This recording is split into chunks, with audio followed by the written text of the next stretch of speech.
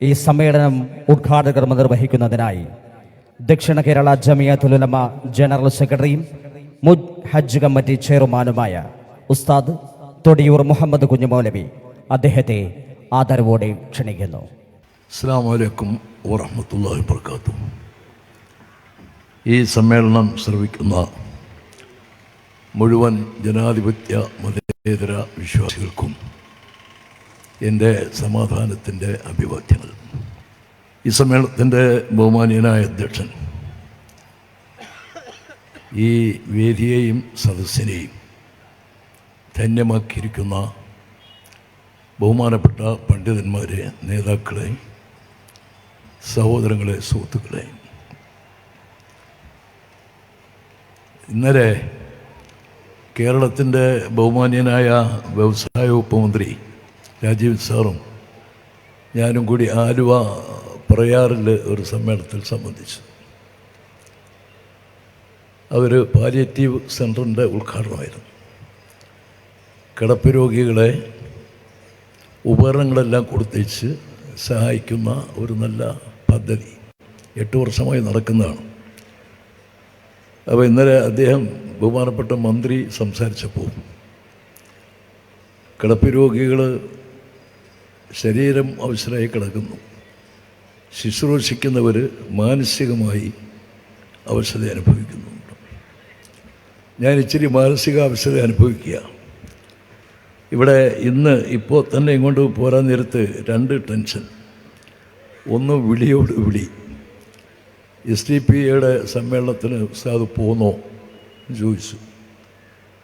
പിന്നെ ട്രാഫിക് തടസ്സം.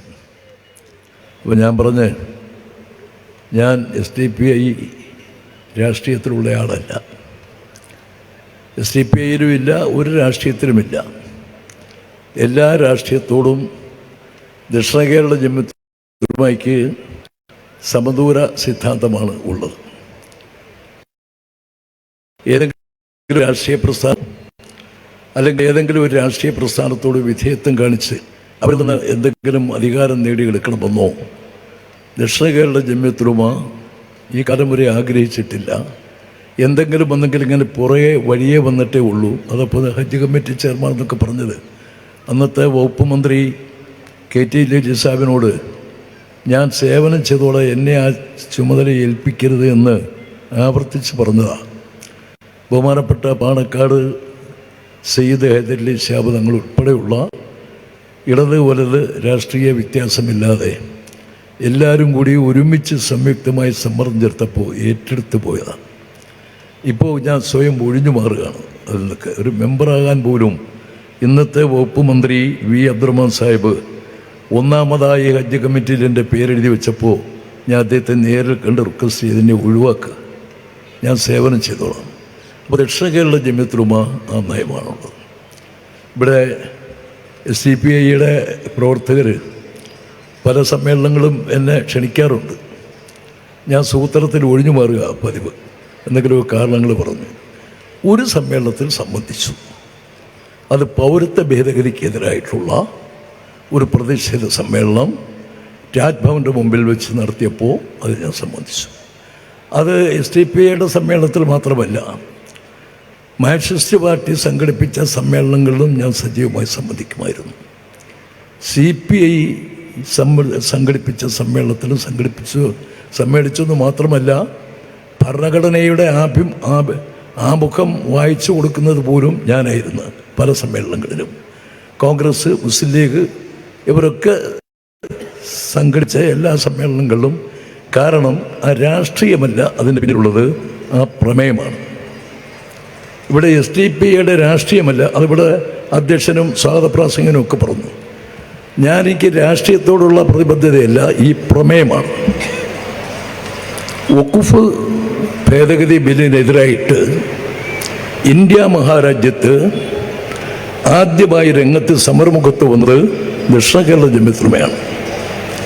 ആദ്യമായി രാജ്ഭവൻ്റെ മുമ്പിൽ പ്രതിഷേധ സമ്മേളനം സംഘടിപ്പിക്കുകയും ഇതൊരു തുടക്കമാണ്.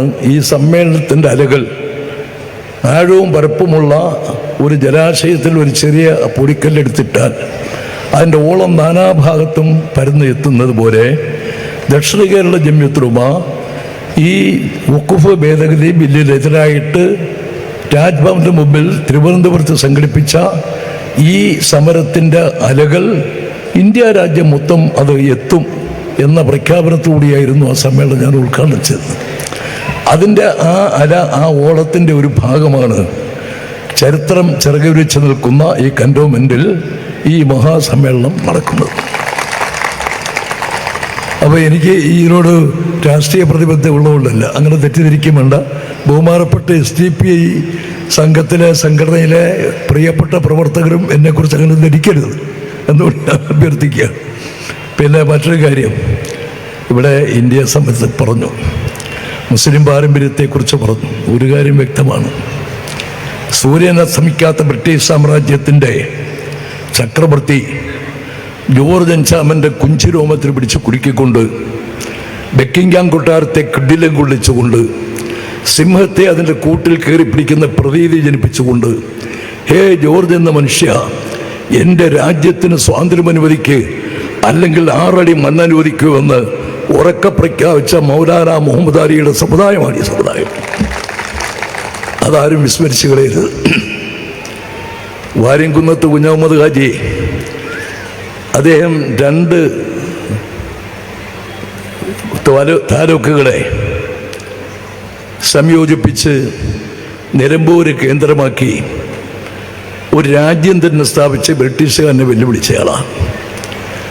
അദ്ദേഹത്തെ ബ്രിട്ടീഷ് പട്ടാളം നയപരമായി കീഴ്പ്പെടുത്തിയിട്ട് നിങ്ങളെ അങ്ങ് മക്കയിലേക്ക് അയക്കാം എന്ന് പറഞ്ഞപ്പോൾ അദ്ദേഹം പറഞ്ഞ മറുപടി, ഞാൻ ഹാജിയാണ്, മക്ക എനിക്ക് വലിയ ഇഷ്ടമാണ്, പവിത്രമായ ഭൂമിയാണ്, പക്ഷേ ഇവിടുന്ന് മക്കയിലേക്ക് നാടുകടത്തപ്പെട്ട് എൻ്റെ ജീവൻ നിലനിർത്തുന്നതിനേക്കാൾ എനിക്ക് ഏറ്റവും അഭിമാനം നിങ്ങളുടെ വെടിയുണ്ടയേറ്റ് ഞാൻ എൻ്റെ രാജ്യത്തിന് വേണ്ടി മരിച്ചു വിടലാണ്.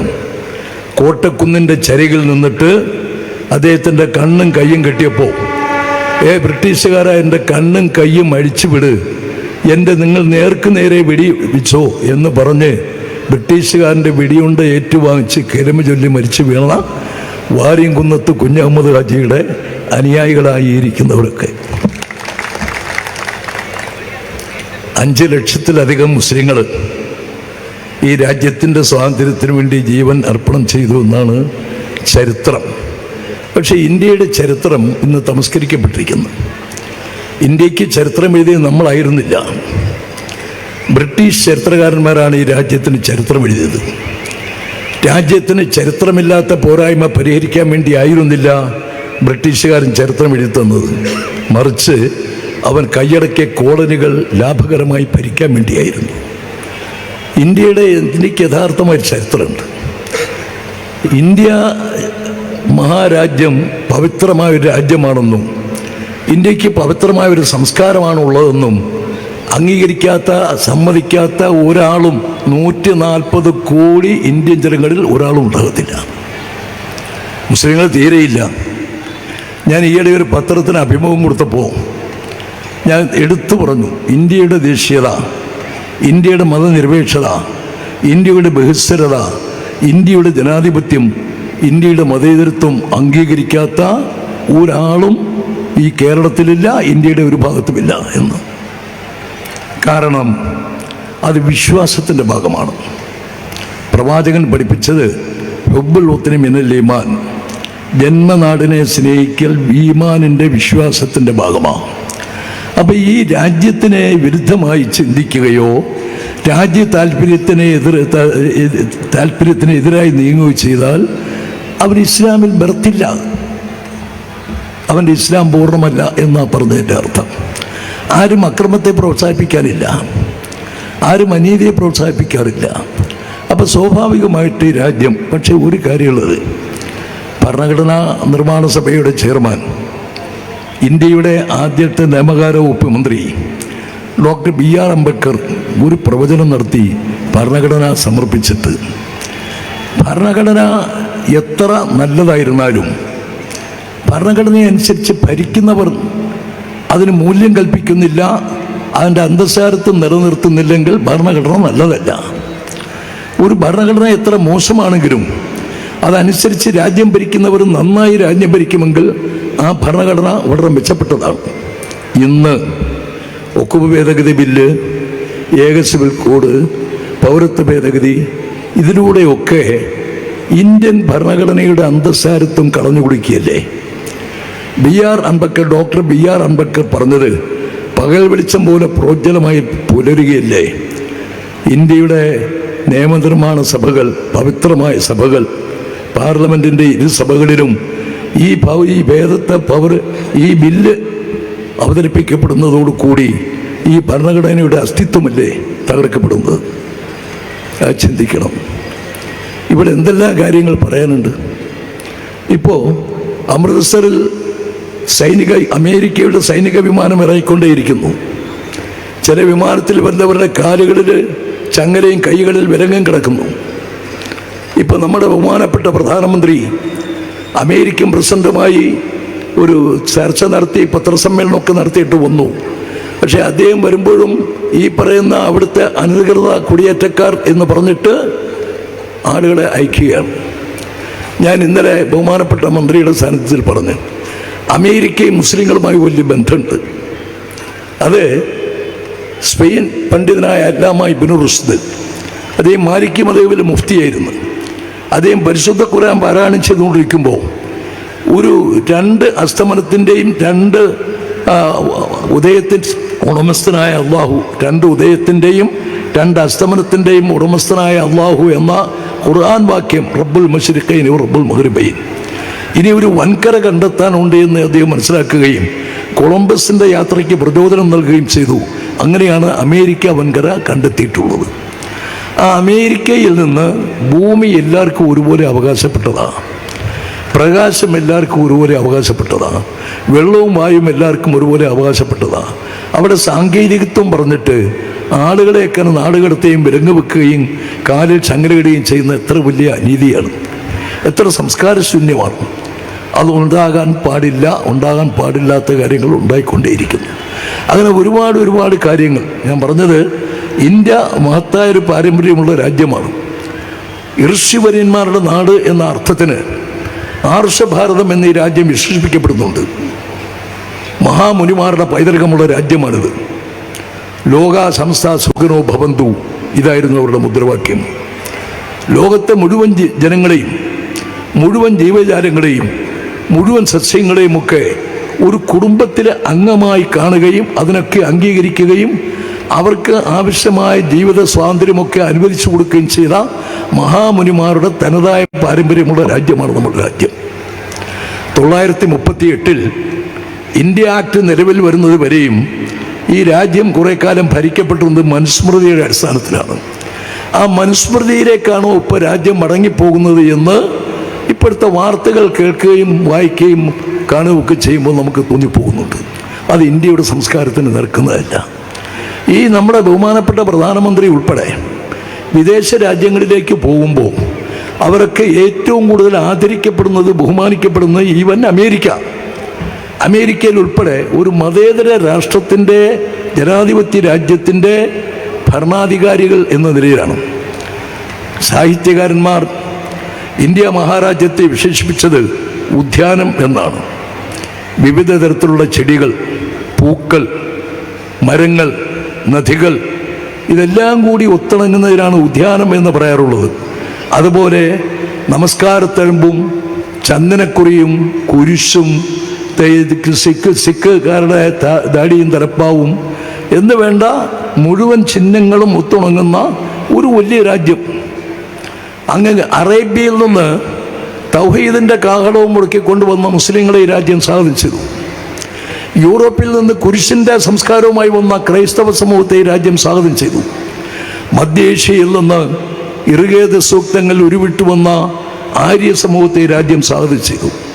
ഐതിഹ്യത്തിലൊരു കഥയുണ്ട്, ആ രാമരാവണ യുദ്ധം എന്ന്. അല്ല, ഞാൻ അതിൻ്റെ ഉള്ളിൽ കയറി നോക്കുമ്പോൾ ഞാൻ മനസ്സിലാക്കിയത് ആര്യ ദ്രാവിഡ യുദ്ധമാണ്. ഇന്ത്യയുടെ അടിസ്ഥാന വർഗമായ ദളിതുകളെ, ദ്രാവിഡന്മാരെ ആര്യ സമൂഹം അടിച്ചോടിച്ചു ഈ രാജ്യത്തിൻ്റെ ആധിപത്യം കൈക്കലാക്കി. അതിന് അങ്ങനെയുള്ള ഒരു യുദ്ധമാണെന്ന ഇന്ത്യയുടെ ചരിത്രത്തിലൂടെ ഞാൻ മനസ്സിലാക്കിയത്.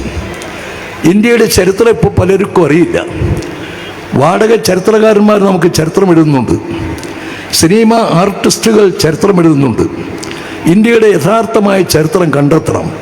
ഇന്ന് മാർക്കില്ലാത്തവർക്ക് കടന്നുകൂടാനുള്ള ഒരു സബ്ജക്റ്റായി ചരിത്രം അതിപ്പതിച്ചിരിക്കുന്നു, ഹിസ്റ്ററി. അത് മാറണം. ഇന്ത്യയുടെ യഥാർത്ഥമായ ചരിത്രം കണ്ടെത്തിയാൽ, അത് പഠിപ്പിച്ചാൽ, അത് പഠിച്ചാൽ ഇന്ന് കാണുന്ന ഈ അലോസരങ്ങൾക്കൊക്കെ കൃത്യമായ പരിഹാരം കണ്ടെത്താൻ കഴിയുമെന്ന കാര്യത്തിൽ തർക്കമില്ല. എന്തിനാണ് ഇവിടെ മുസ്ലിം സമുദായം ഈ വഖഫ് ഭേദഗതി ബില്ലിനെ എതിർക്കുന്നത്? എന്തിനാണ് ഇവിടെ ഈ സമ്മേളനം കൂടിയത്? ഒരു കാര്യം മനസ്സിലാക്കണം, മുസ്ലിങ്ങൾക്ക് വലിയ കനത്ത ഭയമുണ്ട്, ആശങ്കയുണ്ട്. 1528 അയോധ്യയിൽ ബാബരി മസ്ജിദ് നിർമ്മിച്ചു ബാബരി ചക്രവർത്തി. ആർക്കും തർക്കമില്ല. അന്നുമുണ്ട് ശ്രീരാമൻ്റെ അനുയായികൾ, ശ്രീരാമദേവൻ്റെ അനുയായികൾ അന്നുമുണ്ട്, UP-യിലുണ്ട്. പക്ഷെ ആർക്കും തർക്കമില്ല. കാരണം അന്നത്തെ ആളുകൾക്ക് അതിൻ്റെ യാഥാർത്ഥ്യം അറിയാം. അതുകൊണ്ട് 1528 നിർമ്മിതമായ പള്ളിയിൽ 1858 വരെയും ഒരു തർക്കവും ഇല്ലാർക്കും. മുസ്ലിങ്ങൾ ബാങ്ക് വിളിച്ചു, നമസ്കരിച്ചു, ഖുർആൻ പാരായണം ചെയ്തു, ഇബാദത്തുകൾ ചെയ്തു, ഒരു തർക്കമില്ല. 3 നൂറ്റാണ്ട് പിന്നിടുമ്പോഴും. അതിനുശേഷമാണ് എന്തോ ഒരു വ്യാജ ആരോപണം പറഞ്ഞിട്ട് അവിടെ പ്രശ്നങ്ങളുണ്ടാക്കി. ആ പ്രശ്നങ്ങൾ ഉണ്ടാക്കി വന്നപ്പോൾ അന്ന് ബ്രിട്ടീഷുകാരൻ്റെ ഭരണമാണ്. ആ പ്രശ്നത്തിന് ഒരു വിരാമമിടാൻ വേണ്ടി ബ്രിട്ടീഷ് ഗവൺമെൻറ് ഒരു മതിൽ കെട്ടി, പള്ളിയുടെയും ചമ്പൂത്രയുടെയും ഇടയ്ക്ക്. പള്ളിയിൽ മുസ്ലിങ്ങൾ ആരാധന നടത്തിക്കോ, ഇവിടെ ശ്രീരാമ ഭക്തന്മാർ ഇവിടെ പൂജ നടത്തിക്കോ, വഴക്കുണ്ടാക്കരുത്. ആ ബ്രിട്ടീഷുകാരൻ്റെ ഒരു മധ്യസ്ഥയായിരുന്നു. അത് പിന്നിട്ടു. 1959 ആയപ്പോഴേക്കും കുറച്ചുകൂടെ രൂക്ഷമാക്കി വിഷയം. അന്ന് ഫൈസാബാദിലെ ഒരു ഗവർണർ KK നായർ എന്ന ഒരു ഗവർണർ, അദ്ദേഹത്തിൻ്റെ സപ്പോർട്ട് വഴിയാണ് ശ്രീരാമ വിഗ്രഹം ഒരു അർദ്ധരാത്രിക്ക് പള്ളിയിൽ സ്ഥാപിച്ചത്.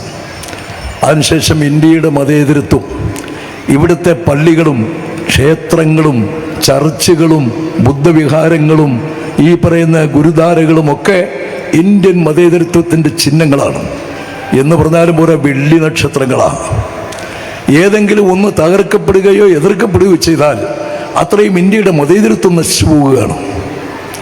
1959 വിഗ്രഹം സ്ഥാപിച്ച അന്ന് ഒരു പ്രശ്നമാണ്. 1992 തകർക്കപ്പെട്ടു. അവിടെ രാമക്ഷേത്രം പണിഞ്ഞു. അതൊക്കെ ഒരു ഗവൺമെൻറ് ചെയ്യാവുന്ന. പക്ഷേ ഒരു കാര്യം ഞാൻ ചോദിച്ചേ, ഞാൻ ഈ അടുത്ത് ഒരു ക്ഷേത്രത്തിലെ സമ്മേളനത്തോട് ഉത്സവത്തോടനുബന്ധിച്ച് ഒരു സർവ്വമത സമ്മേളനം നടന്നു. ആ സമ്മേളനത്തിൽ ഞങ്ങൾ പലരും ഉണ്ട്, സ്വാമിമാരുണ്ട്, അച്ഛന്മാരുണ്ട്, വലിയ രാഷ്ട്രീയ നേതാക്കളുണ്ട്, ഞാനുണ്ട്, പലരും ഉണ്ട്. ഞാൻ ഒന്ന് ചോദിച്ചു, അല്ല ഒരു ആത്മനിർവൃതിക്കാണല്ലോ ആരാധനകൾ നടത്തുന്നത്, ഏത് സമുദായമായിരുന്നാലും. മുസ്ലിങ്ങൾ നമസ്കരിക്കുമ്പോൾ ആ നമസ്കാരത്തിലൂടെ അള്ളാഹുവിനെ കാണുകയാണ്. അതുപോലെ തന്നെ ഈ പറയുന്ന പൂജ നടത്തുമ്പോഴൊക്കെ ദൈവത്തെ കാണുകയാണ്. മാനസിക നിർവൃതിയാണ് പൂജയുടെ ആരാധനയുടെയൊക്കെ പരമമായ ലക്ഷ്യം. ഇവിടെ 4 തരത്തിലുള്ള വധങ്ങളിൽ നിന്ന്, ദ്രോഹങ്ങളിൽ നിന്ന് ഒഴിഞ്ഞു നിൽക്കുന്നവരാണ് യഥാർത്ഥമായ ഹിന്ദു. ഭഗവത്ഗീത അങ്ങനെയാണ് ഉദ്ഘോഷിക്കുന്നത്. കൈകൊണ്ടുള്ള വധം, നാക്കുകൊണ്ടുള്ള വധം, കണ്ണുകൊണ്ടുള്ള വധം, ഹൃദയം കൊണ്ടുള്ള, മനസ്സുകൊണ്ടുള്ള വധം. അപ്പം കൈകൊണ്ടോ കണ്ണുകൊണ്ടോ നാവുകൊണ്ടോ മനസ്സുകൊണ്ടോ അവരേത് വർഗത്തിൽപ്പെട്ടവരാകട്ടെ അവരെ ദ്രോഹിക്കാത്തവരാണ് യഥാർത്ഥമായ ഹിന്ദു. അതാണ് ഹിന്ദു ധർമ്മം. ഈ ഹിന്ദു ധർമ്മത്തിൽ വിശ്വസിക്കുന്ന, ഭഗവത്ഗീതയെ വിശ്വസിക്കുന്ന UP-യിലെ ഒരു സഹോദരന് ഈ മാനസിക നിർവൃതിയോട് ഇവിടെ ഈ പള്ളി പൊടിച്ചെടുത്ത് ആ ക്ഷേത്രത്തിൽ പൂജ നടത്താൻ കഴിയുമോ ചോദിച്ചു. കാരണം നമുക്ക് പലതും കഴിയും, എനിക്ക് പലതും കഴിയും, പക്ഷേ എൻ്റെ മനസാക്ഷി വഞ്ചിക്കാനൊക്കത്തില്ല. മനസാക്ഷി എന്ന് പറയുന്നത് വലുതാണ്.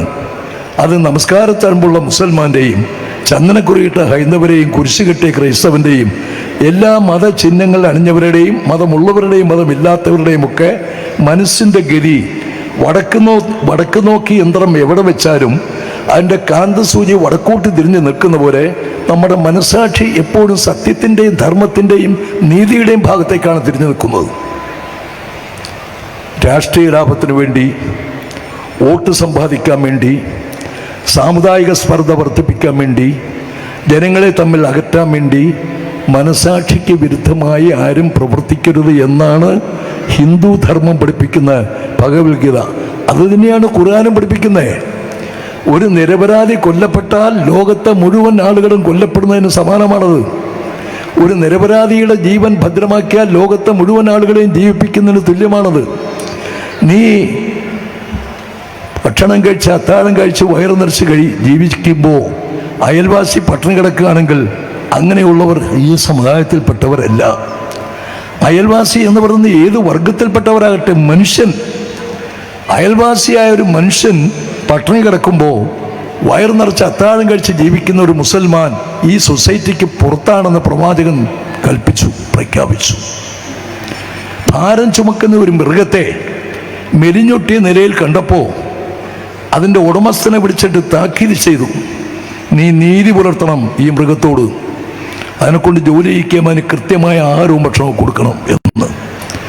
ഒരു തെറ്റുകാരിയായ ഒരു പെണ്ണ് ഒരു തെരുവു നായ്ക്ക് വെള്ളം കോരി കൊടുത്ത കാരണത്താൽ അവിടെ എല്ലാ പാവങ്ങളും പുറത്തു കൊടുക്കപ്പെട്ടു, അവിടെ സ്വർഗത്തിൻ്റെ അവകാശിയായി എന്ന് പ്രവാചകൻ പ്രഖ്യാപിച്ചു. അതാണ് നീതി. ആ തരത്തിലുള്ള ജീവിതമാണ് മനുഷ്യ സമൂഹത്തിൻ്റെ ഇടയിൽ ഉണ്ടാകേണ്ടത്. ഇന്ത്യയുടെ ഏറ്റവും വലിയ സംസ്കാരം നമസ്കാരത്താഴ്മുള്ള മുസൽമാനും ചന്ദനക്കുറിയിട്ട ഹൈന്ദവരും കുരിശ് കെട്ടിയ ക്രൈസ്തവരും ദാടിയും തലപ്പാവുമുള്ള സിഖുകാരും അതോടൊപ്പം തന്നെ ബുദ്ധമതനും ജൈനനും മതമുള്ളവരും മതമില്ലാത്തവരുമൊക്കെ ഏകോദര സഹോദരങ്ങളായി പരസ്പരം ഗ്രഹിക്കാതെ അവർ തോളൊരുമി ജീവിക്കണം. അതാണ് ഇന്ത്യയുടെ സംസ്കാരം. അതാണ് മതങ്ങൾ പഠിപ്പിക്കുന്നത്. ഒരു മതവും തമ്മിൽ കലഹിക്കാനും അടിക്കാനും പഠിപ്പിക്കുന്നില്ല. എല്ലാ മതങ്ങളും പരസ്പരം സ്നേഹിക്കാനും അടുക്കാനുമാണ് പഠിപ്പിക്കുന്നത്. അതാണ് ഇന്ത്യയുടെ ഏറ്റവും വലിയ സംസ്കാരം. അതാണ് മഹാമുനിമാർ പറഞ്ഞ്, ഞാൻ ആവർത്തിച്ച് പറയുന്നു, ലോക സംസ്ഥാ സുഖനോ ഭവന്തു. അവരുടെ സംസ്കാരം അതായിരുന്നു. അതാണ് നമ്മൾ പിൻപറ്റേണ്ടത്. അപ്പോൾ അതുപോലെ ഇന്ത്യയുടെ ഭരണഘടന ഇവിടുത്തെ ജനാധിപത്യ സോഷ്യലിസ്റ്റ് കമ്മ്യൂണിസ്റ്റ് രാഷ്ട്രങ്ങൾക്കൊക്കെ മാതൃകയാണ് നമ്മുടെ ഭരണഘടന. ആ ഭരണഘടന നിലനിൽക്കണം, അതിൻ്റെ അന്തസ്സാരത്ത് നിലനിൽക്കണം. ഭരണഘടനയുടെ മൗലികാവകാശം രാജ്യത്തെ ഏതൊരു പൗരനും അവൻ ഇഷ്ടപ്പെട്ട മതം സ്വീകരിക്കാനും അതനുസരിച്ച് ജീവിക്കുവാനും അത് പ്രചരിപ്പിക്കുവാനും അവകാശം നൽകുന്നു. മൗലികാവകാശ തത്വം 25-26 വകുപ്പുകൾ. യഥാർത്ഥത്തിൽ മതമനുസരിച്ച് ജീവിക്കുക മാത്രമല്ല, മതപ്രബോധനവും പൗരൻ്റെ മൗലികാവകാശമാണെന്ന് പ്രഖ്യാപിച്ച ഒരേ ഒരു ഭരണഘടന ഇന്ത്യൻ ഭരണഘടന മാത്രമാണ്. അതിനൊക്കെ വിരുദ്ധമില്ല. ഇപ്പം എന്തിനാ ഈ പൊല്ലാപ്പിനൊക്കെ ഗവൺമെൻറ് തയ്യാറാകുന്നത്? രാജ്യത്ത് ജനങ്ങളെ സേവിക്കാൻ എന്തെല്ലാം കാര്യങ്ങളുണ്ട്. അമേരിക്കയിൽ തന്നെ ഇപ്പം നടന്നുകൊണ്ടിരിക്കുന്ന ഞങ്ങളെ അനധികൃത കുടിയേറ്റക്കാരെ ഇങ്ങനെ കെട്ടി അയക്കരുത്, അവരുടെ കാലിൽ ചങ്ങല വെക്കരുത്, അവരുടെ കയ്യിൽ വിലങ്ങ് വെക്കരുത്, അവർ ജീവിച്ചെടുത്ത് ജീവിച്ചുകൊള്ളട്ടെ എന്ന് പറയേണ്ട അതല്ലേ നമ്മുടെ നയം. ഇപ്പം ഞങ്ങൾ മുനമ്പം സമരം ചെയ്യുന്നു. അതായത് അവിടെ ഫറൂഖ് കോളേജിന് സീതി സാഹിബ് ഉൾപ്പെടെയുള്ള ഒരുപാട് പേര് നേരത്തെ ഇവിടെ സൂചിപ്പിച്ചവർ കുറേ നല്ല കണ്ണായ വസ്തുക്കൾ ഒക്കുമി ചെയ്തു. പല സമ്പത്തും അവർ ഒക്കുമി ചെയ്തു. വിദ്യാഭ്യാസത്തെ തെക്കേ ഇന്ത്യയിലെ അൽ അസ്ഹർ എന്ന് വിശേഷിപ്പിക്കപ്പെടുന്ന ഒരു വിദ്യാലയമാണ് ഫറൂഖ് കോളേജ്. അവിടെ നമ്മുടെ ഈ കൊച്ചിക്കാരനായ മേമൻ സേട്ട്, അത് നമ്മുടെ ഇബ്രാഹിം സുലൈമാ സേട്ടിൻ്റെ ഒരു കുടുംബ കോതറകമാണ്. ആ വിഭാഗത്തിൽപ്പെട്ടതാണ് മേമൻസ് എന്ന് പറയും, കച്ച് മേമൻസ്. അതിൽപ്പെട്ട ഒരാളാണ് മുഹമ്മദ് സിദ്ദീഖ് സേട്ട്. 404 ഏക്കർ 76 സെൻറ്റ് ഒക്കുപ്പ് ചെയ്തു. അത് അടുത്ത കാലത്ത് എന്തെല്ലാം വിവാദങ്ങൾ. ഒക്കുഫല്ല എന്ന് തന്നെ പറയുന്നത് പരവൂർ സബ് കോടതിയിൽ അത് ഒക്കുഫാണെന്ന് 4 പ്രാവശ്യം സത്യവാങ്മൂലം സമർപ്പിച്ച ഫറൂഖ് കോളേജുകാർ ഇപ്പോൾ പറയുന്നത് ഒക്കുഫല്ല എന്ന്. ഞാൻ കമ്മീഷൻ്റെ മുമ്പിൽ പറഞ്ഞു, ഞങ്ങളുടെ സമുദായത്തിൻ്റെ 1-ാം പ്രതി ഫറൂഖ് കോളേജാണെന്ന്. ഒരു അമാനത്ത് അവരെ ഏൽപ്പിച്ചപ്പോൾ അത് അവർ സൂക്ഷിച്ചില്ല, കൈകാര്യം ചെയ്തില്ല. അപ്പം നമ്മൾ അതിനുവേണ്ടി ഈ പറയുന്ന ശബ്ദിക്കുമ്പോഴൊക്കെ ഒന്ന് പറയാറുണ്ട്, അവിടുത്തെ കുടികിടപ്പുകാരെ മാന്യമായി പുനരധിവസിപ്പിക്കണം. ഗവൺമെൻറ് അതിന് മുന്നോട്ട് വരുമ്പോൾ മുസ്ലിം സമുദായം നെടല് പോലെ ഗവൺമെൻറ്റിനോടൊപ്പം നിൽക്കും. എന്നിട്ട് വേണം വഖഫ് സംരക്ഷിക്കേണ്ടത്. അത് നമ്മുടെ നീതിയാണ്. അങ്ങനെ ചെയ്യാവൂ. കമ്മീഷനോടും അത് തന്നെയാണ് പറഞ്ഞത്, ഗവൺമെൻറ്റിനോടും അത് തന്നെയാണ് പറയുന്നത്. പക്ഷേ വഖഫ് സംരക്ഷിക്കപ്പെടുന്നത് നിർബന്ധമാണ്. ഇവിടെ മരടിൽ കുറേ ഫ്ലാറ്റുകൾ പൊളിച്ച്, അവിടെ ബഹുമാനപ്പെട്ട ഹൈക്കോടതിയുടെ സിംഗിൾ ബെഞ്ചിൻ്റെ ഉത്തരവാണ്, കായലിൽ നിന്ന് നിശ്ചിത ദൂരം പാലിക്കാതെയാണ് ആ ഫ്ലാറ്റുകൾ ഉണ്ടാക്കിയത്. അപ്പോൾ സാങ്കേതികത്വത്തിനെതിരാണ്, അതുകൊണ്ട് പൊളിക്കണമെന്ന് പറഞ്ഞു. പൊളിക്കപ്പെട്ടു. ചെയ്തതിനേക്കാൾ കൂടുതൽ കാശ് പൊളിക്കാൻ ചെലവഴിച്ചു എന്നാണ് കേൾക്കുന്നത്. ഞാനും ആ സമരത്തിൽ പോയൊന്ന് പ്രസംഗിച്ചയാളാണ്. പക്ഷേ എന്താ സംഭവം? അവർ സാങ്കേതികത്വം സംരക്ഷിക്കലാണ്. ഇവിടെ മുനമ്പത്തതല്ല, മുനമ്പത്തൊരു നിയമം പരിരക്ഷിക്കലാണ്. അപ്പോൾ സാങ്കേതികത്വത്തിന് വേണ്ടി ഇത്രയും വലിയ നഷ്ടം സഹിച്ചെങ്കിൽ ഇവിടെ നിയമം പരിരക്ഷിക്കാൻ വേണ്ടി അവരെ പുനരധിവസിപ്പിക്കണം. അതിന് കേരളത്തിൽ നോംസ് ഉണ്ട്. കരുണാകരൻ സാറിൻ്റെ ഗവൺമെൻറ്റിൻ്റെ കാലത്താണ് നിലയ്ക്കൽ പ്രശ്നം ഉണ്ടായത്. അപ്പം നിലയ്ക്കൽ പ്രശ്നം ഉണ്ടായപ്പോൾ ദേവസ്വം ബോർഡിൻ്റെ ഭൂമിയിൽ ഒരു സമുദായം കയ്യേറി. അപ്പോൾ പ്രശ്നമായപ്പോൾ അദ്ദേഹം നിലയ്ക്കൽ അവർക്ക് കുറേ സ്ഥലം പതിച്ചു കൊടുത്തിട്ട് അവരുടെ മതചിഹ്നങ്ങളൊക്കെ മാറ്റിച്ചു, പ്രശ്നം ശാന്തമാക്കി. അപ്പോൾ ദേവസ്വം ഭൂമിയും വഖഫ് ഭൂമിയും ബഹുമാനപ്പെട്ട ഗവൺമെൻറ് രണ്ടായി കാണരുത്, ഒന്നായി തന്നെ കണ്ട് അതിനെ സംരക്ഷിക്കണം എന്ന് മാത്രമാണ് നമ്മുടെ ആവശ്യം. ഇത് ന്യായവിരുദ്ധമാണെന്ന് ആരും പറയത്തില്ല, ന്യായമാണ്. മാത്രമല്ല, ഇവിടെ തിരുക്കൊച്ചി മന്ത്രിസഭയിൽ അന്നത്തെ ആഭ്യന്തരമന്ത്രിയായിരുന്ന ബഹുമാന്യനായ ശ്രീ PT ചാക്കോ അദ്ദേഹം ഇത് വഖഫ് ഭൂമിയാണെന്ന് പ്രഖ്യാപിച്ചു. അസംബ്ലിയുടെ പഴയ ലൈബ്രറി നോക്കിയാൽ ഇത് കാണാൻ കഴിയും. 67 ബഹുമാനപ്പെട്ട EMS നമ്പൂതിരിപ്പാടിൻ്റെ മന്ത്രിസഭയിൽ ഇവിടെ മിച്ചഭൂമിയും കുടികിടപ്പ് പ്രശ്നങ്ങളൊക്കെ ഉണ്ടായി, പതിച്ചു കൊടുത്തു. അന്നത്തെ റവന്യൂ വകുപ്പ് മന്ത്രി, നിയമവകുപ്പ് മന്ത്രിയായിരുന്ന KR ഗൗരിയമ്മ ഇവിടുത്തെ കുടികിടപ്പുകാർക്ക് പതിച്ചു കൊടുത്തില്ല. കാരണം അത് വഖഫ് ഭൂമിയാണ്, പതിച്ചു കൊടുക്കാൻ സാങ്കേതികമായി എനിക്ക് നിയമ തടസ്സമുണ്ട് എന്ന് അവർ പറഞ്ഞു.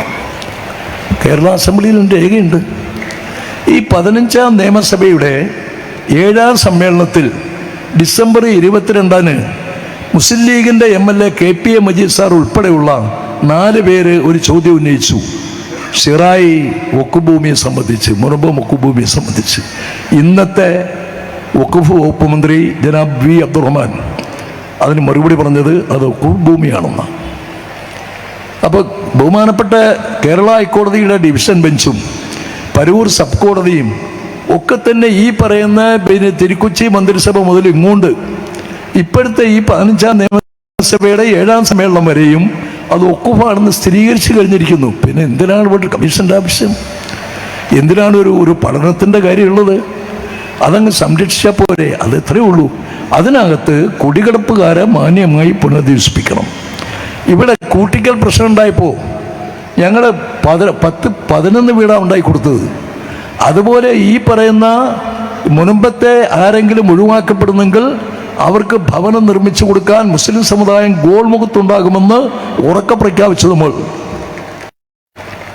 ത്തിൻ്റെയോ വർഗത്തിൻ്റെയോ വർണ്ണത്തിൻ്റെയോ ഇടയിലൊന്നും യാതൊരു വ്യത്യാസവുമില്ല. അങ്ങനെ വ്യത്യാസം കൽപ്പിക്കാൻ പാടില്ല. മനുഷ്യത്വത്തിനാണ് വില, മാനുഷിക മൂല്യങ്ങൾക്കാണ് വില കൽപ്പിക്കേണ്ടത്, നീതിക്കാണ് വില, ഈ ധർമ്മത്തിനാണ് വില കൽപ്പിക്കേണ്ടത്. ഇപ്പോൾ പാർലമെൻറ്റ് രാജ്യസഭ പാസാക്കി. JPCയിൽ ഇവിടെ നമ്മുടെ കുന്നത്തൂരിൻ്റെ ബഹുമാനപ്പെട്ട MP കൊടിക്കുന്നിൽ സുരേഷ്, അദ്ദേഹം 8ാമത്തെ പ്രാവശ്യമാണ് ലോകസഭയിൽ MP ആകുന്നത്. ഇപ്പോൾ പ്രോട്ടേം സ്പീക്കറെ എടുത്തപ്പോൾ യഥാർത്ഥത്തിൽ അദ്ദേഹത്തിനാണ് എടുക്കേണ്ടത്. അദ്ദേഹത്തിൻ്റെ ജൂനിയറെയാണ് പ്രോട്ടേം സ്പീക്കറായിട്ട് എടുത്തത്. അത് കേരളത്തോട് കാണിച്ച ഒരു അവഗണനയാണെന്ന് നമുക്ക് മനസ്സിലാക്കാൻ കഴിയത്തുള്ളൂ. അല്ലെങ്കിൽ കൊടിക്കുന്നിൽ സുരേഷ് പ്രോട്ടേം സ്പീക്കറായിട്ട് ഈ MP-മാർക്കെല്ലാം സത്യവാചകം ചൊല്ലിക്കൊടുക്കേണ്ടതാണ്. അത് ചെയ്തില്ല. അത് കേരളത്തോടുള്ള ഒരു അവഗണന എന്നേ മനസ്സിലാക്കാൻ കഴിയും. അത് ഇപ്പോഴത്തെ ബഹുമാനപ്പെട്ട നമ്മുടെ കൊല്ലത്തിൻ്റെ തന്നെ മന്ത്രി O രാജഗോപാൽ സാറ് എത്ര പ്രാവശ്യം പറഞ്ഞു ഞങ്ങളെ അവഗണിക്കും എന്ന്, സ്വാഭാവികമായി. അപ്പോൾ അതുപോലെ ഇതിപ്പോൾ കേരളത്തിൻ്റെ പ്രശ്നമല്ല, ഇന്ത്യയുടെ മൊത്തം പ്രശ്നമാണ്. എന്തിനാണ് ഈ വഖഫ് ബോർഡ്? അത് ഗവൺമെൻറ് കോൺസ്റ്റിറ്റ്യൂട്ട് ചെയ്തതല്ലേ, അതിനൊരു നിയമമില്ലേ? ഞാൻ 5 വർഷം വഖഫ് ബോർഡിൽ അംഗമായിരുന്നയാളാണ്, പെരുമ്പടപ്പ് മുതൽ. അപ്പോൾ എന്താണ് വഖഫ്? വാക്കിലൂടെ വഖഫ് ചെയ്യാം, ഉപയോഗത്തിലൂടെ വഖഫ് ചെയ്യാം. അതിനൊരു ഡീഡ്, ഒരു പ്രമാണം ആവശ്യമില്ല, നിയമമില്ല. അത് പിന്നെ ഇപ്പം ഇപ്പോഴത്തെ നമ്മുടെ സമൂഹത്തിൻ്റെ കാഴ്ചപ്പാടിലാണ് പ്രമാണമൊക്കെ എഴുതുന്നത്. അപ്പം സ്വാഭാവികമായി അങ്ങനെ ഒക്കുപി ചെയ്യപ്പെട്ട് ധാരാളം ഭൂമികൾ 4000 ഏക്കർ മുതൽ 400 ഏക്കർ വരെ ഉള്ള വഖുഫുകൾ ധാരാളമുണ്ട് വാക്കാൽ ചെയ്തിട്ടുള്ളത്. ഇപ്പം ഇവിടുത്തെ പുതിയ ഭേദഗതി 44 ഭേദഗതിയാണ്. അതിനെതിരായി JPC-യിലെ പ്രതിപക്ഷ അംഗങ്ങൾ ശബ്ദം അംഗീകരിച്ചില്ല ചെയർമാൻ. മാത്രമല്ല നമ്മുടെ ബഹുമാനപ്പെട്ട MP കുന്നത്തൂർ MP കൊടിക്കുന്നിൽ സുരേഷ് അദ്ദേഹത്തിൻ്റെ മണ്ഡലത്തിൻ്റെ ഒരു ഭാഗത്ത് ഞങ്ങളെയൊക്കെ വിളിച്ചുകൂട്ടി, മുഖ്യധാരാ സംഘടനാ നേതാക്കളെ. അതിനെ സംബന്ധിച്ച് അദ്ദേഹം അഭിപ്രായങ്ങൾ സ്വരൂപിച്ചു. അദ്ദേഹം JPC-യിൽ പോയിട്ട് അത് അവതരിപ്പിച്ചു. കേരളത്തിലെ സംഘടനകളുടെ അഭിപ്രായം ഒക്കെ മുഖവിലേക്കെടുത്തില്ല, എടുക്കാതെയാണ് ഇത് അവതരിപ്പിച്ച് രാജ്യസഭ അംഗീകരിച്ചു. ഇനി ലോകസഭയും അംഗീകരിച്ചു കഴിഞ്ഞു. ഇതൊക്കെ വരുമ്പോൾ ഇവിടെ എന്താ സംഭവിക്കാൻ പോകുന്നത്? നേരത്തെ ഇവിടെ പറഞ്ഞു ഞങ്ങൾ അംഗീകരിക്കത്തില്ല. അങ്ങനെയല്ല, രാജ്യത്തിൻ്റെ ഫെഡറൽ നിയമം നമ്മൾ അംഗീകരിക്കണം. അത് രാജ്യത്തോടുള്ള സ്നേഹമാണ്. ആരെങ്കിലും ഏതെങ്കിലും ഒരു ഗവൺമെൻറ് എന്തെങ്കിലും ഒരു അബദ്ധം കാണിച്ചാൽ അതിൻ്റെ പേരിൽ നമ്മൾ കലഹം സൃഷ്ടിക്കാൻ പാടില്ല. അതിനെ നമ്മൾ നിയമപരമായി എതിർക്കണം. അതിനിപ്പോൾ ദക്ഷിണ കേരള ജമിയത്ത് ഉലമ ആരുമായിട്ടും സഹകരിക്കാൻ തീരുമാനമെടുത്തു. എന്നിട്ട് ബഹുമാനപ്പെട്ട ഇന്ത്യയുടെ പരമോന്നത നീതിപീഠമായ ബഹുമാനപ്പെട്ട സുപ്രീം കോടതിയെ സമീപിച്ച് ഈ നിയമം അസ്ഥിരപ്പെടുത്താൻ ആവശ്യപ്പെടാൻ ഫയൽ ചെയ്യാൻ തീരുമാനിച്ചു. അപ്പം നിയമപരമായിട്ടാണ് കാര്യങ്ങൾ നമ്മൾ നേരിടേണ്ടത്. ഇവിടെ ജുഡീഷ്യറി ഉണ്ട്, എക്സിക്യൂട്ടീവിന് മുകളിലാണ് ജുഡീഷ്യറി. അപ്പോൾ സ്വാഭാവികമായിട്ട് ജുഡീഷ്യറിയെ നമ്മൾ സമീപിക്കണം, ജുഡീഷ്യറിയുടെ തീരുമാനം അംഗീകരിക്കണം. അത് ചിലപ്പോൾ ചില താല്പര്യമൊക്കെ അതിനകത്ത് കാണിക്കാറുണ്ട്. അതൊക്കെ സ്വാഭാവികമായി നമുക്ക് സഹിച്ചേ പറ്റത്തുള്ളൂ. സ്ഥിതി എന്ന് പറഞ്ഞാൽ ആദർശം ബലികൽപ്പിക്കണമെന്ന് ഞാൻ പറഞ്ഞു എന്ന് ആരും തെറ്റിദ്ധരിക്കരുത്. ഉറച്ച ആദർശം, ഒരുമയുള്ള സമൂഹം, ഉറച്ച ആദർശം. നമ്മുടെ ആദർശത്തിൽ നിന്ന് ഒരു സമുദായക്കാരും അവരവരുടേതായ ആദർശത്തിൽ നിന്ന് പിന്മാറാൻ പാടില്ല. ആദർശത്തിൽ ഉറച്ചു നിൽക്കണം. അതോടൊപ്പം ഒരുമയുള്ള ഒരു സമൂഹം. ഞാൻ നേരത്തെ ആവർത്തിച്ച് ഞാൻ പറയുന്നു, നമസ്കാരത്തൻപുള്ള മുസൽമാനും ചന്ദനക്കുറിയിട്ട ഹൈന്ദവനും കുരിശ് കെട്ടിയ ക്രൈസ്തവരും താടിയും തലപ്പാവുമുള്ള സിഖുകാരും മതമുള്ളവരും മതമില്ലാത്തവരുമൊക്കെ ശ്രീബുദ്ധൻ നടന്നു പോകുമ്പോൾ അദ്ദേഹം അറിയാതെ ഒരു എറുമ്പിനെ ചവിട്ടി. ഞാൻ ഈ എറുമ്പിനെ ചവിട്ടി എന്ന് മനസ്സിലാക്കിയാൽ തിരിഞ്ഞു നോക്കുമ്പോൾ എറുമ്പിങ്ങനെ കാല് പിടിക്കുന്നു, ചത്തുപോയി. ശ്രീബുദ്ധൻ ഒരു എറുമ്പിനെ അറിയാതെ ചവിട്ടി നോവിച്ചതിൻ്റെ അതിൻ്റെ പ്രതിവിധിയായിട്ട് അതിൻ്റെ പ്രായശ്ചിത്തമായി 3 മാസം അദ്ദേഹം തപസ് ചെയ്തു. ഒരു എറുമ്പിനെ അറിയാതെ ചവിട്ടി നോവിച്ചതിന് 3 മാസം തപസ് ചെയ്ത ശ്രീബുദ്ധൻ്റെ സംസ്കാരമുള്ള ഒരു രാജ്യത്ത് ആരെങ്കിലും സാമുദായിക സംഘർഷം ഉണ്ടാക്കുമോ? ആരെങ്കിലും ഈ പറയുന്ന സ്നേഹത്തിനും ധർമ്മത്തിനും എതിര് പ്രവർത്തിക്കുമോ? ഏതെങ്കിലും ആരാധനാലയങ്ങൾക്ക് ഭംഗം വരുത്തുമോ? ഏതെങ്കിലും ഇസ്ലാമിൻ്റെ നിയമം ഒരു ആരാധനാലയം, നമ്മുടേതല്ലാത്ത ഒരു ആരാധനാലയത്തിൻ്റെ നേർക്ക് പരിഹാസത്തോടുകൂടി നോക്കാൻ പാടില്ല.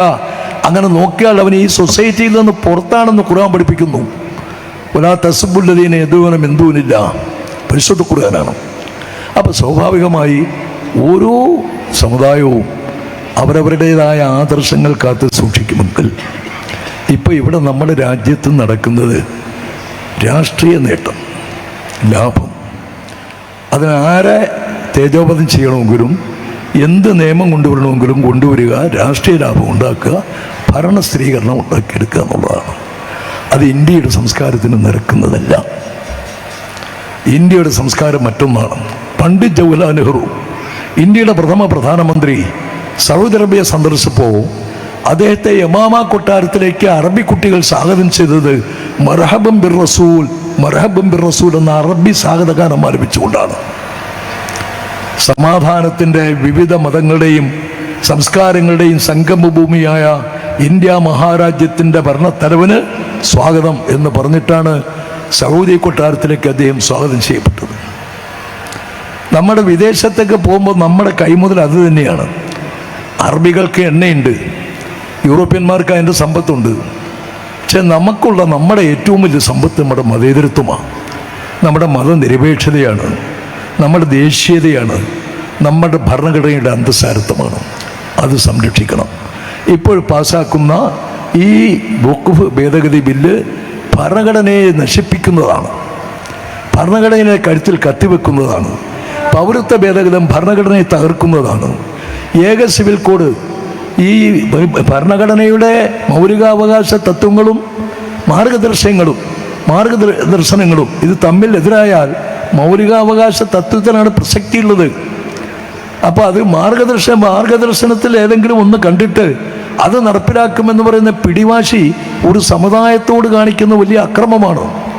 ഞാൻ ഒന്ന് പറയുന്നു, ഇന്ത്യയിലെ മുസ്ലിങ്ങളെ സംബന്ധിച്ചിടത്തോളം മുസ്ലിങ്ങളായി തന്നെ ജീവിക്കും, മുസ്ലിങ്ങളായി തന്നെ മരിക്കും, മുസ്ലിങ്ങളായി തന്നെ കബറടക്കം ചെയ്യപ്പെടും. ആ ആദർശത്തിൽ നിന്ന് അണുകട വ്യതിചരിക്കാൻ ആര് എന്ത് നിയമം കൊണ്ടുവന്നാലും ഇവിടുത്തെ മുസ്ലിങ്ങൾ, ഇന്ത്യയിലെ മുസ്ലിങ്ങൾ തയ്യാറല്ല എന്ന് ഉറക്കെ പ്രഖ്യാപിച്ചുകൊണ്ട് ബിസ്മില്ലാഹിർ റഹ്മാനിർ റഹീം, രാജാതിരാജനായ മലിക്കുൽ മുലൂക്കായ അല്ലാഹുവിന്റെ നാമത്തിൽ ഈ മഹാസമ്മേളനം ഞാൻ ഔപചാരികമായി ഉദ്ഘാടനം ചെയ്യുന്നു. വാഖിറു ദഅവാനാ അൽഹംദുലില്ലാഹി റബ്ബിൽ ആലമീൻ. അസ്സലാമു അലൈക്കും വറഹ്മത്തുള്ളാഹി.